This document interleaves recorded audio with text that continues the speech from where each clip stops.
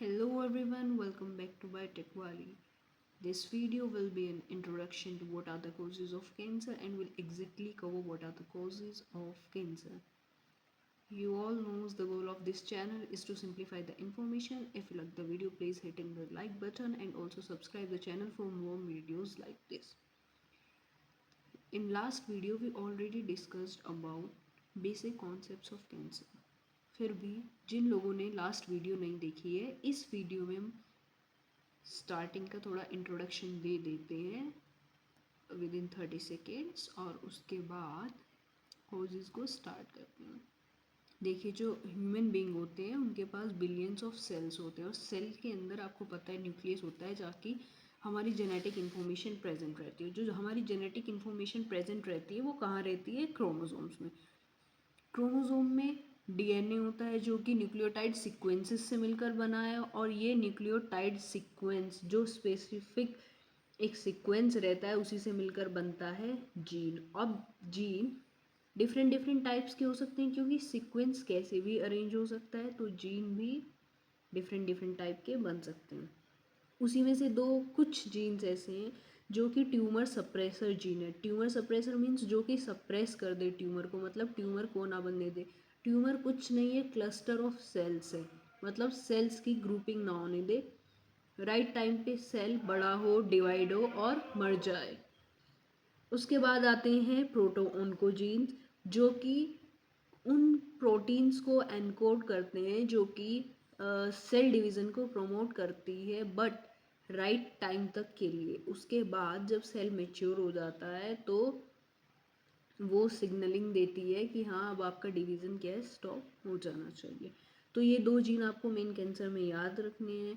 अब कैंसर हो क्यों रहा है? सेल डिवीज़न के टाइम पे अगर म्यूटेशन हो जाता है तो कैंसर म्यूटेशन होने की वजह से कुछ सेल्स अपनी एबिलिटी खो देती हैं राइट टाइम पे सेल डेथ की, यानी राइट टाइम पे वो मरती नहीं है, मीन्स ग्रो की, डिवाइड की, और अब जब सेल डैमेज हो चुकी है तो वो मरती नहीं है, ठीक है। और कुछ बल्कि अपनी जो एबिलिटी है अनकंट्रोलेबल डिवाइड करने की उसको गेन कर लेती है। सेल नॉर्मल सेल्स उसको सिग्नलिंग दे रहे होते हैं सेल डिवीजन स्टॉप करो, बट उस सिग्नल का उसके पास कोई असर नहीं हो रहा होता है, ठीक है। तो चलिए देखते हैं what are the causes of cancer. अब आपको पता ही चल गया है कि कैंसर कैसे हो रहा है, म्यूटेशन की वजह से कैंसर हो रहा है। What causes cancer? सबसे पहले तो आप ये लाइन याद रखेंगे, all cancer starts with mutation. मतलब म्यूटेशन ही है जिसके पीछे इतनी बड़ी बीमारी छिपी है, ठीक है। म्यूटेशन इन जीन्स, जीन्स में अगर म्यूटेशन हो जा रहा है for tumour suppressor and oncogenes में, जो अभी हमने पीछे आपको कुछ जीन्स बताए हैं, ट्यूमर सप्रेसर जीन्स और ऑन्कोजीन्स, प्रोटो ऑन्कोजीन्स, उसमें अगर म्यूटेशन हो जा रहा है तो भी कैंसर होने की संभावना है। यानी म्यूटेशन ऐसा हो गया कि उसने अपनी एबिलिटी लूज़ कर दी, मतलब राइट टाइम पे वो डाई नहीं कर रहा है सेल, बल्कि अनकंट्रोलेबल डिवाइड किए जा रहा है। वो सेल, ध्यान रखिए, मैच्योर नहीं होता, ठीक है। वो सेल क्या करता है, ग्रो करता है और मतलब मैच्योर होने तक पहुंचता ही नहीं है, उससे पहले ही डिवाइड हुए जाता है। Mutation in master genes, master genes वो होते हैं जो पूरे सेल की सारी चीज़ों को कंट्रोल कर रहे होते हैं, gene controlling cell division.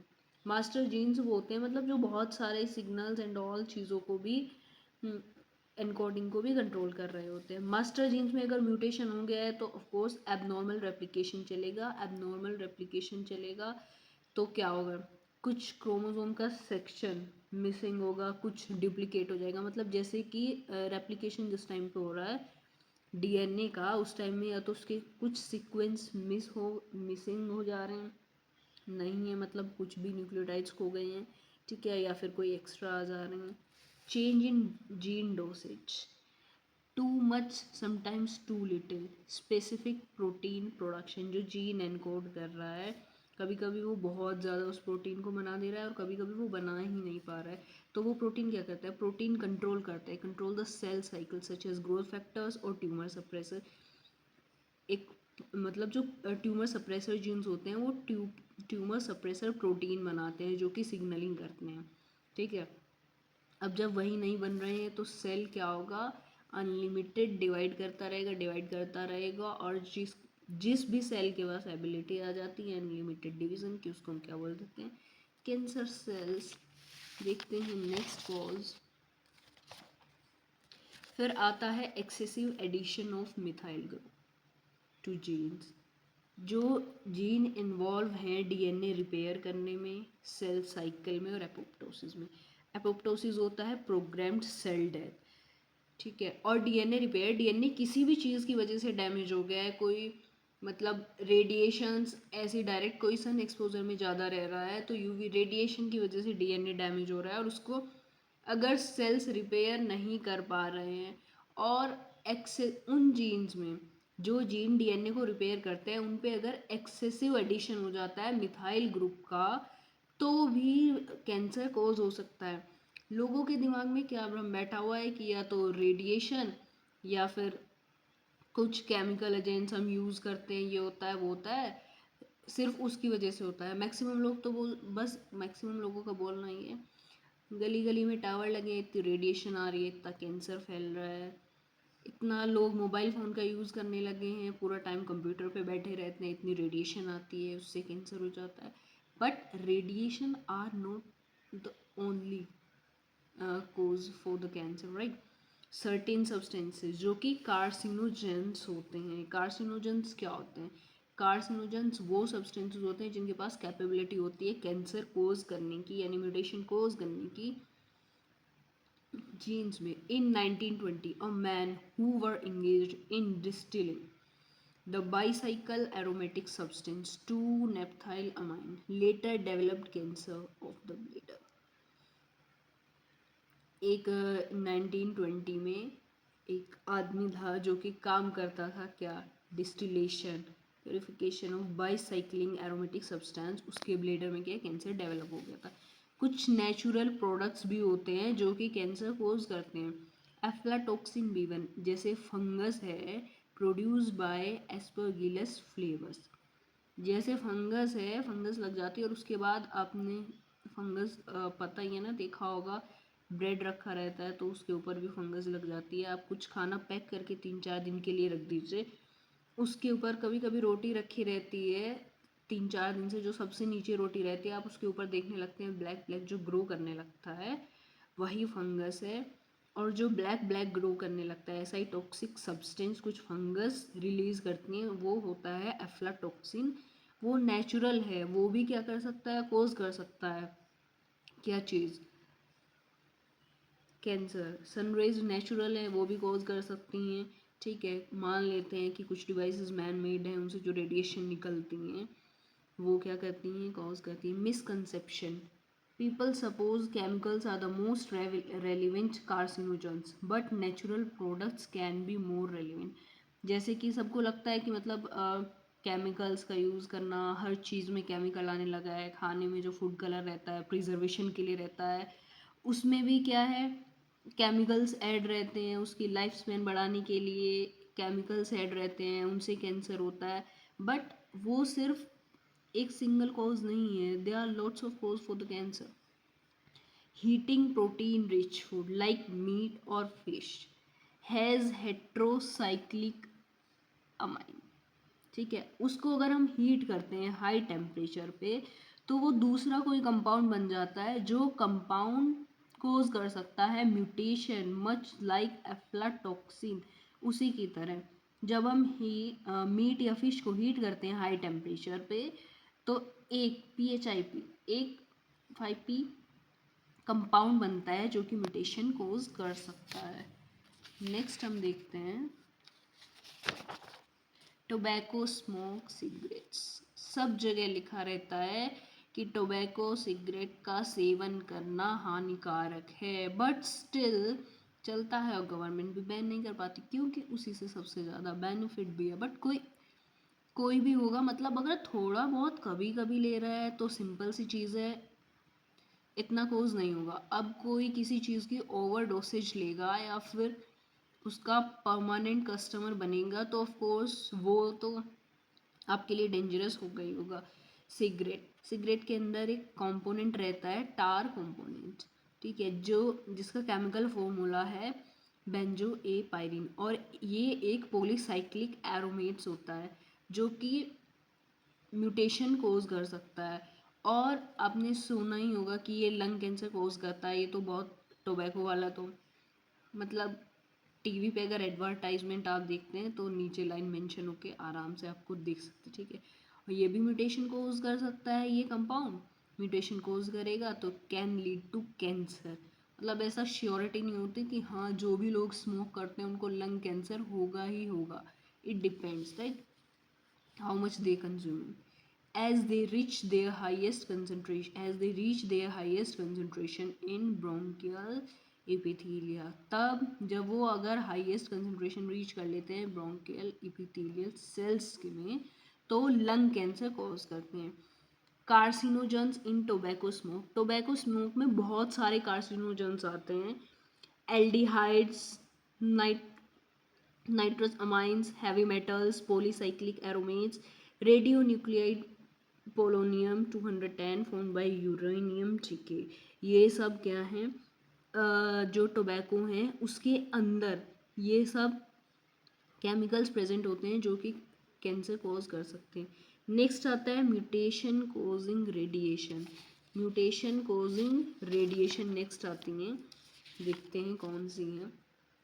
Sun rays, सबको पता है कि सनरेज जो होती हैं उनको हम और क्या बोलते हैं, यूवी रेज भी बोलते हैं, यानी ultraviolet radiation induces covalent bonds between pyrimidines. देखिए जो पायरिमिडीन्स होते हैं, ठीक है, उनके अंदर पायरिमिडीन्स न्यूक्लियोटाइड बेसिस कौन से वाले, एजी की सीयूटी, ये आप मुझे कमेंट बॉक्स में बताइएगा। वेल जो कोवेलेंट जो होते हैं न्यूक्लियोटाइड बेसिस होते हैं उनके बीच में ये क्या कर देता है, कोवेलेंट बॉन्डिंग को जनरेट कर देता है, जिसकी वजह से थायमिन डाइमर्स बन जाते हैं जो कि रिस्पॉन्सिबल होते हैं स्किन कैंसर के लिए। स्किन के ऊपर जो कैंसर होता है वो जनरली अल्ट्रा वायलेट रेडिएशन से ही होता है, या फिर ये तो थायमिन डाइमर बन जाते हैं, या फिर डीएनए डैमेज हो जाता है इन द स्किन, और it can lead to xeroderma pigmentosum. These DNA lesions can't be repaired. Xeroderma pigmentosum एक डिजीज का नेम है। It results from a mutation in nucleotide excision repair system responsible for removing UV induced damage DNA such as thymine dimers. जैसे कि thiamine dimers skin में जो DNA में जो बन जाते हैं जिसके बीच में कोवेलेंट बॉन्डिंग हो जाती है, उनको रिमूव जो करता है, जो उसको रिपेयर करता है वो system nucleotide excision repair system, उसमें भी क्या हो जाती है, गड़बड़ हो जाती है। तो अब ये रिपेयर नहीं करेगा तो ऑफ कोर्स क्या होगा, डायमर्स बने रहेंगे, डायमर्स बने रहेंगे तो वो कुछ ना कुछ तो बीमारी कॉज करेगा, तो वही स्किन कैंसर कॉज कर देता है। This mutation causes accumulation of unrepaired DNA damage. आपको पता है डीएनए अगर रिपेयर नहीं हो रहा है तो बहुत सारी प्रॉब्लम्स हो जाती हैं, तो वही उसी में से एक प्रॉब्लम ये है। Mucus membranes and malignant tumour formation in the skin. Malignant tumour वो ट्यूमर होते हैं, मैलिग्नेंट मतलब ही होता है घातक, वो ट्यूमर्स होते हैं जो पूरी की पूरी बॉडी में आपके फैलने की कैपेबिलिटी रखते हैं, मतलब they can move to other parts too. अब आता है मेन, जो कि सबको पता होता है, अगर कोई पूछे तो इसका क्या रीज़न है, आयनाइजिंग रेडिएशन। वो क्या करता है, जैसे कि डबल स्ट्रैंडेड डीएनए है, ठीक है, उसमें कहीं से भी ब्रेक कर देगा, डीएनए को ब्रेक कर देगा, ठीक है, और उस पर कोई और न्यूक्लियोटाइड्स आके लग जाएंगे रिपेयरिंग के टाइम पे, पर म्यूटेशन हो चुका होता है वहाँ पे, और ब्रेकिंग सिंगल स्ट्रैंडेड बॉन्ड मतलब कहीं से भी एक न्यूक्लियोटाइड गायब हो गया पर डीएनए रिपेयर हुआ ही नहीं है, तो it can lead to mutation, ठीक है।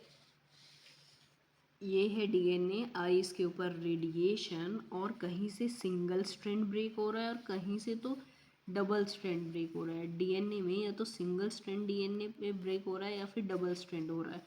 तो जीनोम क्या हो रहा है, जीनोम अनस्टेबल हो जा रहा है ना, genome instability, altered cell type, inflammation, evasion of immune, evasion of apoptosis, altered function of organelles। सिर्फ डीएनए ब्रेक होने की वजह से इतनी सारी प्रॉब्लम हो रही है, और अगर जीनोम इनस्टेबल हो रहा है यानी म्यूटेशन हो रहा है तो it can lead to cancer.